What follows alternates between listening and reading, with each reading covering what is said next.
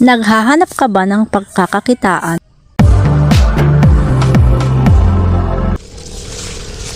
Kunin po natin itong mga tangkay at ibebenta. Cuttings. Yan po yung cuttings na tinatawag kapag ito ay nahati-hati na natin. Dito po tayo kukuha gamit ang itak.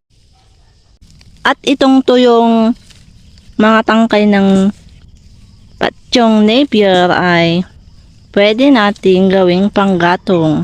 Pulutin nyo po yan lahat.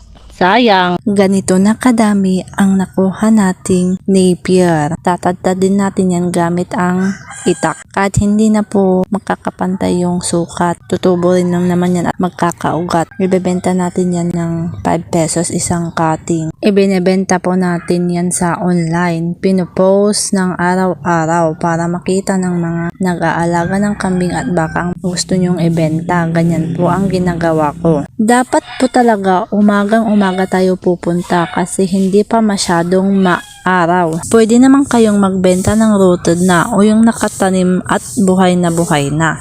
Parang ganito, madali lang naman na mabuhay ang Napier. Itusok mo lang yung tangkay at mabubuhay na yan. Kapag lumaki-laki na ng konti, pwede mo na yang ibenta sa 15 o 20 pesos. Sipag lang ang puhunan dito kaya magtanim lang tayo araw-araw at mag-aani din tayo. Kikita tayo dito kahit hindi naman araw-araw na nakakabenta. Yung sa amin ay pinipick up lang nila. Wala kasi kaming service kaya hindi kami nagdi-deliver. At saka babae lang po ako. Pero kaya mo naman yan kung lalaki ka. Mas kayang-kaya mo. Kung may kakilala kang may tanim na ganyan ay kaya ko po binabahagi sa inyo ang video na ito dahil gusto kong makatulong. Baka may kakilala kang may tanim na ganyan. Tulungan mo naman siyang magkaroon ng pagkakakitaan. Maraming salamat po sa panonood. Huwag niyo pong kalimutang i-follow ako.